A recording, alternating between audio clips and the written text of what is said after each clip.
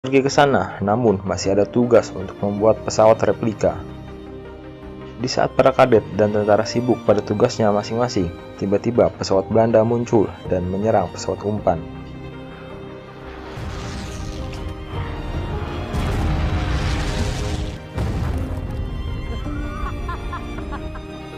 Keberhasilan mereka mengecoh Belanda diapresiasi oleh Komandan Cipto. Namun, mereka ditugaskan lagi untuk membuat pesawat umpan kembali. Aji meminta kepadanya untuk diberikan tugas lain, namun ditolak. Aji masih saja kesal dan ingin berlatih pesawat seperti penerbang yang lain. Ia pun pergi ke tempat pesawat yang disembunyikan supaya ia dapat berlatih di sana. Sigit dan Har pun mengikutinya agar tidak terjadi hal yang aneh-aneh yang dilakukan oleh Aji di saat mereka mengintip, namun diciduk oleh penerbang Kardi dan meminta mereka untuk kembali pulang. Namun kali ini Aji tetap saja ngotot untuk berlatih dan berencana ke pesawat di Ponorogo. Sigit dan Har pun harus mengikutinya. Pesawat di Ponorogo ditempatkan di tempat yang berbeda. Dengan pelan-pelan mereka memasuki ruang pilot. Di sana diketahui bahwa di Ponorogo memiliki kerusakan. Pompa bahan bakarnya harus diganti baru bisa dihidupkan. Sigit lalu teringat kembali bahwa ia pernah melihat pesawat di Ponorogo 1 jatuh dan mungkin mesin dan spare partnya masih berfungsi. Aji pun berencana mendatangi Komandan Cipto untuk meminta izin. Pada malam hari, mereka bertiga meminta izin untuk menjalankan misi mengambil pompa bahan bakar. Namun sayangnya, Komandan Cipto tidak mengizinkan mereka. Aji tak kehilangan akal. Untuk bisa mengambil pompa bahan bakar yang diinginkan, ia kemudian mengajak Sigit untuk menjalankan misinya. Di hanggar, Aji mengajak Tarjo, seorang teknisi, untuk mengambil pompa bahan bakar dengan mengatakan bahwa tugas tersebut adalah misi yang sangat rahasia. Tidak boleh ada yang tahu. Tarjo pun mengajak satu orang teknisi lagi untuk menemaninya, yaitu Dul, seorang teknisi baru. Selain itu mereka juga memerlukan senjata, dan Kaputlah yang bisa membantu mereka mengambil senjata. Di gudang senjata, Kaput dan Sigit mencuri 2 pucuk senjata dengan mengelabui penjaga gudang. Subuh hari, mereka berempat pun berangkat. Di perjalanan, mereka agak berseteru gara-gara ucapan Tarjo yang mengatakan ketika perang tidak perlu membawa ikatan karena akan menjadi beban, namun keadaan pun dapat didamaikan. Di Maguwo, Pak Cipto meminta semua orang untuk berkumpul. Pak Cipto hampir curiga dengan Kaput. Untungnya Har mengalihkan perhatiannya. Aji dan yang lainnya akhirnya tiba di kampung Asih, kekasihnya Sigit. Semua rumah kosong, namun ternyata di sana sudah terjadi pembantaian terhadap warga. Sigit mencari mayat Asih, beruntung Asih tidak ada di situ. Di sisi lain, Asih dan para warga ternyata melarikan diri ke hutan. Namun tiba-tiba saat mereka beristirahat, para Belanda datang. Mereka pun harus bersembunyi di bawah jembatan.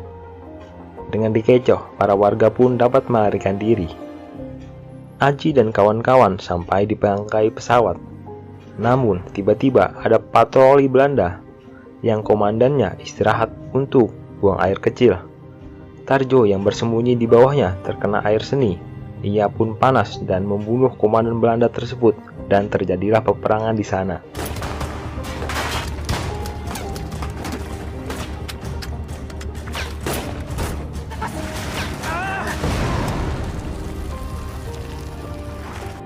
Dengan keahlian Tarjo, pasukan Belanda pun berhasil roto. Akhirnya, pompa bahan bakar pun dapat diambil dari bangkai pesawat. Di Maguwo, Har dan kawan-kawan ditugaskan memasang rudal di pesawat. Namun, di situ ia terlihat dibuli oleh penerbang. Aji dan kawan-kawan di saat di perjalanan pulang tiba-tiba saja diciduk oleh pasukan Belanda. Mereka tidak bisa berbuat banyak karena dikepung. Beruntung ada seseorang yang datang, dan ia ternyata adalah Jenderal Sudirman bersama seluruh pasukannya yang muncul dari belakang. Akhirnya para Belanda pun menyerah. Jenderal Sudirman akhirnya meminta ajudannya untuk mengantarkan mereka ke Maguwo.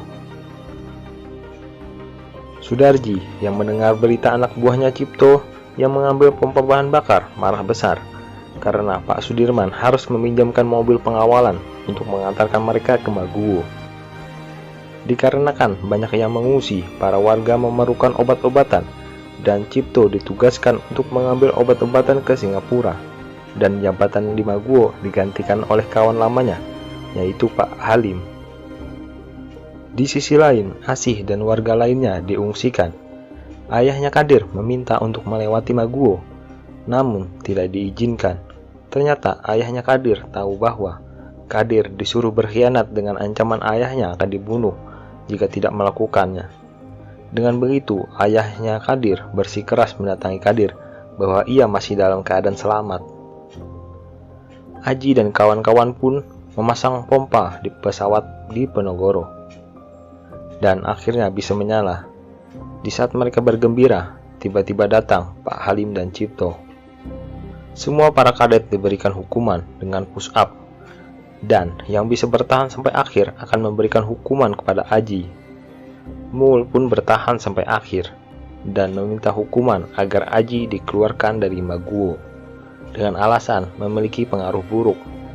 Namun Cipto memberikan hukuman, yaitu tidak diberikan terbang sampai mereka lulus, yang berarti semua kadet tidak dijadikan penerbang.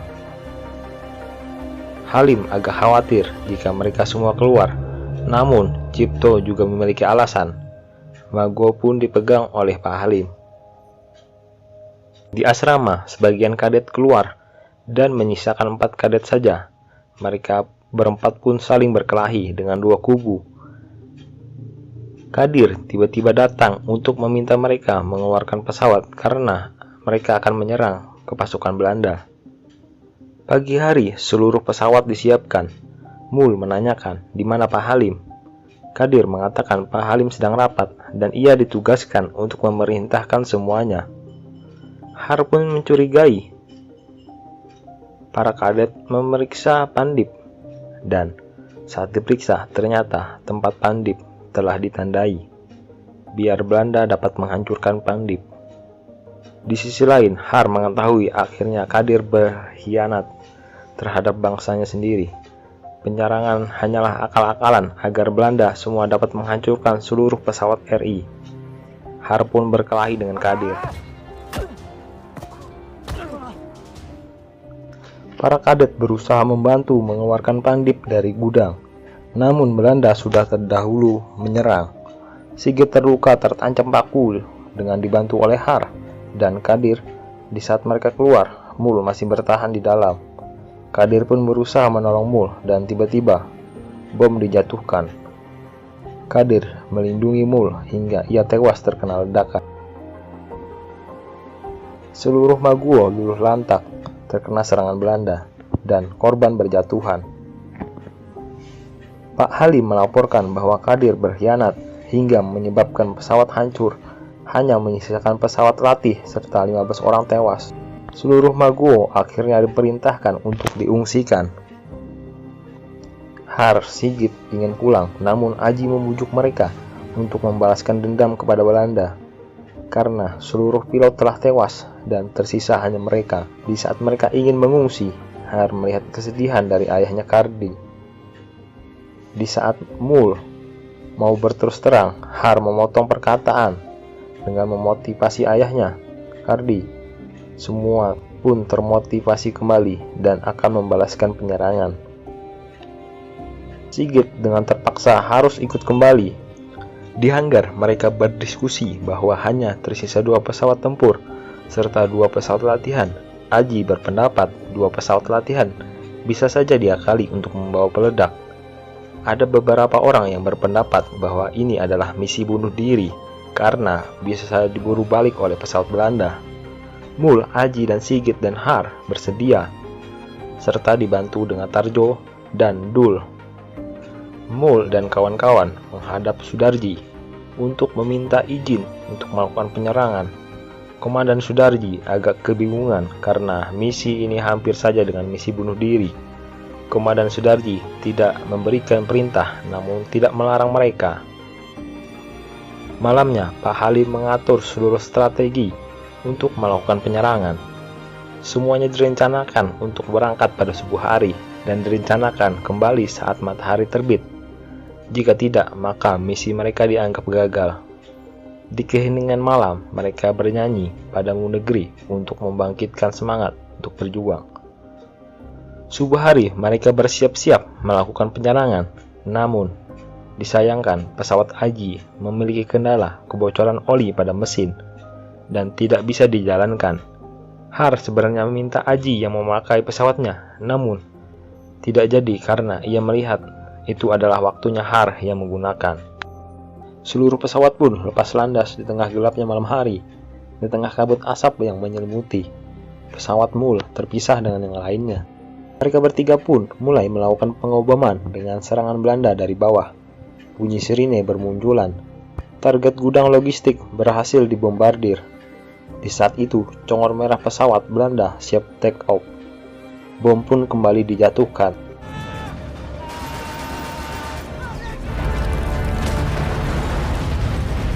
Di sisi lain, di Maguwo, pagi pun telah tiba.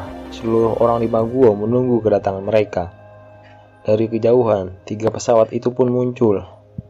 Misi mereka berhasil menyerang markas pasukan Belanda. Ternyata mereka berhasil meluluh lantahkan pasukan Belanda serta menghancurkan 1 pesawat Belanda. Kabar keberhasilan mereka pun dikabarkan ke seluruh pasukan RI. Keberhasilan mereka membuat bangga seluruh orang di Maguwo dan pasukannya. Komandan Sudarji mengapresiasi keberhasilan misi mereka. Seluruh pesawat kembali disembunyikan di hutan dan perintah selanjutnya Pak Halim meminta mempertahankan Maguwo dari serangan Belanda. Dan serangan 20 Juli merupakan serangan udara pertama operasi yang dilakukan Indonesia yang menunjukkan eksistensi Republik Indonesia dan tersiar ke seluruh dunia. Di akhir cerita, Kadet Sigit menjadi mayor di Menteri Pertahanan sebelum menjadi penerbang di sebuah perusahaan internasional. Muljono mencapai pangkat terakhir sebagai Kapten Udara dengan jabatan terakhir Komandan Skadron Pemburu Mustang. Kadet Har pensiun tahun 1976 dengan pangkat Marsekal Madya Udara TNI dengan jabatan terakhir kerja INASA Inerbang Departemen Perindustrian. Kadet Aji pada tahun 1948 dipercaya menjalankan misi membeli pesawat baru, namun ia gugur dalam menjalankan misinya tersebut. Dul tetap di Maguwo dengan pangkat terakhir Letnan 1. Kaput pangkat terakhir Letnan 2 menjabat sebagai anggota seksi persenjataan. Dan Sutarjo pangkat terakhir adalah Letnan 2. Dan film pun berakhir. Hasilan dihasilkan karena ada sebuah hal yang harus dipertaruhkan. Dan para pemuda dalam film ini menggambarkan keberanian mengambil resiko demi sebuah keberhasilan walaupun taruhannya nyawa.